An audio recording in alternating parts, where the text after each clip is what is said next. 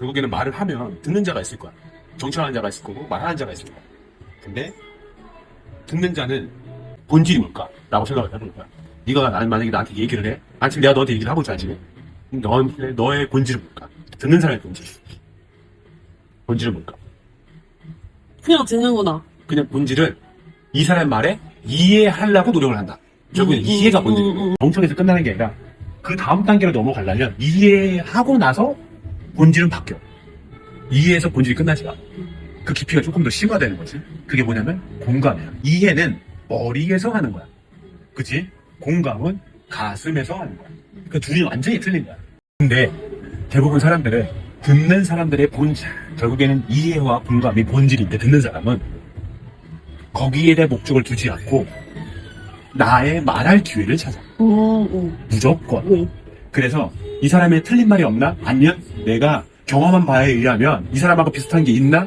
그러니까 일단 끼어들려고 해. 맞아. 맞는 것 같아요. 내가 머릿속에서 이해와 공감을 상대가 말하는 걸 집중하지 않고 거기에 끼어들거나 혹은 이 사람이 뭐 배의 이야기를 꺼내서 자동차 이야기를 꺼내서 그럼 자동차 사고 얘기를 한다고 했으면 옛날에 내가 사고 난 적이 있는데 이 머릿속에 내가 들어오는 순간 이 사람들 껴들기를 할 거 아니야. 나도 있는데 이러면서 그 순간 이 사람의 말에 이해와 공감은 이미 멀리 떠나갔어. 결국엔 듣는 사람의 목적이나 본질은 이미 없어져 버린 거야. 그냥 나의 경우만 생각하는 거야. 이 사람의 말에 정확한 이해와 공감을 하려면 나의 머릿속에 프레임을 다 지워버리고 이 사람의 말에만 집중을 해야 돼. 그리고 이 사람의 눈빛을 봐야 되고 이 사람의 표정을 봐야 돼. 그래야지 지금 현재 이 사람이 나한테 전달하고 싶은 내용을 정확하게 알 수가 있어. 그래서 우리들이 하는 카톡은 그 사람의 마음을 정확하게 알 수가 없어. 글이기 때문에.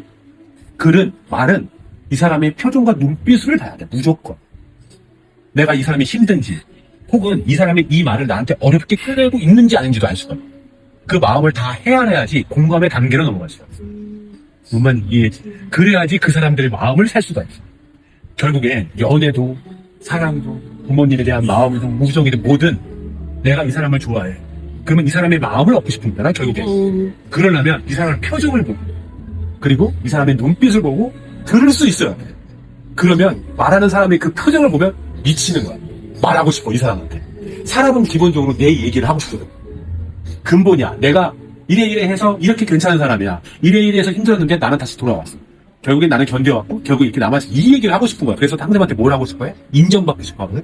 근데 그 인정받고 싶어 하는 상대방의 눈빛이 나를 진짜로 인정하고 있어야 이 눈빛을 보는 순간 이 사람한테 빠져들어. 그래서 사람들이 백날 이 사람한테 마음을 얻으려면 어떻게 해야 돼요? 이 사람한테 가까워지면 어떻게 해야 돼요? 얘기하는 게 대부분 나를 높게 만들어서 나를 포장해서 상대방한테 보여지는 걸 라고 착각을 해. 그렇지 않다. 상대방의 말을 정중하게 표정까지도 다 살피면서 들을 줄 아는 사람이 상대의 마음을 살 수 있는 거야. 근데 공감을 하려면 내 이야기를 하는 것도 공감이지 않아요? 공감이지. 근데 봐봐. 그렇게 하면 공감을 할 수도 있어. 상대방한테 공감을 얻어낼 수도 있어. 근데 말하는 주체자가 누구야? 상대방이지. 상대방의 주체적인 얘기를 전부 끝까지 듣고 그 다음에 해야 되는데 대부분 사람들은 중간에 끼어들어요. 이 사람 말을 자르고. 그리고 내가 100%까지는 아니더라도 이 사람의 말에 그래도 어느 정도 공감을 하고 그런 표정이나 눈빛을 하고 들었으면 이 사람들이 하는 말이 있어.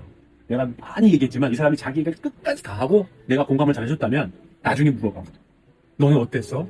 그래서 너는 어떻니? 라고 물어볼 때가 있거든. 그거는 네가 나의 말에 공감을 이렇게 잘해줘서 너무 고마워.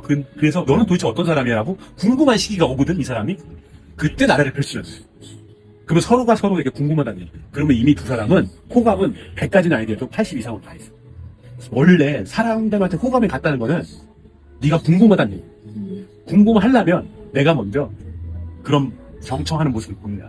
이게 시작이야. 사람들은 반대로 알고 있지. 나를 어필해서 호감을 살라고 하지. 그렇지 않아. 근데 나를 물어봤어. 근데 또 얘기하고 있는데 갑자기 중간에 끊고 제 얘기를 해. 그거는 그래도 다시 들어줘야 돼. 그냥요? 만약에 내가 이 사람의 호감을 사고 싶다면 네. 호감 싶다면 근데 우리가 뭐 오래된 친구거나 뭐 내가 호감 별로 안 사고 싶어 그냥 대화하는 거 그 성큼하게 얘기하겠지. 그럼에도 불구하고 친한 관계가 유지되는 사람들도 굉장히 많아. 근데 이건 내가 목적이 있지. 내가 이 사람과 나한테는 나보다 월등히 조금 잘났어. 나한테 뭔가 배우고 싶어. 혹은 내가 이 사람의 호감을 사야 돼. 그러면 무조건 경청이야. 경청이 시발점이야. 그럼 100% 사람은 나한테 빠지게 되니까. 네. 얘기를 안 할 수도 있잖아요. 그래서 네. 질문을 많이 해라는 거. 질문을 많이 해야 돼. 질문을 많이 하는데 네, 맞습니다를 강조되는 질문을 하면 안 된다. 열린 질문. 열린 질문. 그러니까 닫혀 있는 질문은, 밥 먹었어? 네. 어제 잘 잤어? 아니요? 혹은, 네. 이런 질문을 하면 안 돼. 어저께 날씨 더웠는데, 난 되게 더웠거든? 너는 잘 때 괜찮았니? 이런 네. 거. 어? 네, 잘 근데 되겠다. 대부분 네, 내가 네. 싫어하지는 않는 이상, 네라고 안 해. 저는 괜찮았는데요? 이렇게라도 얘기해. 우리 집은 에어컨 틀어서 괜찮았어요. 뭐, 혹은. 이렇게, 결국엔 이 사람이, 네, 아니요 빼고 약간 열린 대답을 할 수 있게끔 내가 유도를 해야 돼. 그럼 그 사람의 상태에 대해서 얘기할 거 아니야? 그럼 그 상태에 대해서 얘기를 하면 꼬꼬모가 되는 거야. 꼬꼬모가 되는데 카톡도 마찬가지야. 연애하고 카톡을 오래 못하는 친구들 있잖아. 대부분 닫혀있는 질문을 많이 해. 여자친구한테 혹은 내가 호감을 살려고 하는 여자친구 사람한테 밥 먹었어? 응 하면 끝나잖아. 대답할 수 없잖아. 그럼 이 사람하고 재미가 없다고 느껴지는 거야. 상대방은. 열린 질문을 해볼 거야. 나 오늘 돈까스 먹었는데 돈까스 먹었더니 네가 생각나더라. 네가 생각나서 밥 먹은 자리 갑자기 궁금해졌네? 왜 내가 생각났지? 이렇게 열린 게 대답을 조금이라도 길게 할 가능성을 찾아. 이미 네, 아니오로 끝날 대답을 찾으면 안 돼. 근데 저는 제가 항상 카톡을 했던 애들을 보면 항상 저는 열린 질문 했거든요? 근데 닫힌 질문을 잘 못했어, 제가. 왜냐면 대화가 끊기는 걸 알기 때문에. 그거 왜 그래요? 저는 계속 항상 열린 질문에서 맨날 질문만 했거든요? 질문만 했지 그 사람의 대답에 정찰을 하지 않았던 거야. 그러니까 그 사람의 상태를 점검을 하지 않았던 거야. 만약에 닫혀있는 열린 질문을 했어. 네. 근데 그 사람하고 친해지지 않았다면 이 사람이 대답을 할 거 아니야? 열린 대답을 할 거 아니야? 그러면 그 대답이 만약 돈가스를 먹어서 나도 돈가스 나는 별로 안 좋아하는데 내가 나올 거 아니야? 이 친구한테 돈가스를 안 좋다는 걸 내가 인식을 해야 돼. 그게 왜 안 좋아가 나와야 되는데 그냥 걔한테 정보력만 얻고 끝나는 거야. 열린 질문을 하더라도. 그러면 안 된다는 거지. 걔를 계속 알아봐야 된다? 힌트가 계속 나오잖아. 열린 질문은. 계속 근데 힌트가 더 이상 생각을 안 했어. 그거만 좋은, 안 좋은 거면 안 좋으면 힌트가 계속 정보가 계속 들어가. 그러면 거기에서 얘가 왜 돈가스를 안 좋아할까? 맛이 없어서? 왜 근데 이 딱딱한 게 아니라 빵가루, 바삭바삭한 질감을 왜 안 좋아? 계속 왜를 생각하고 그러면 얘한테 모든 걸 다 할 수 있어.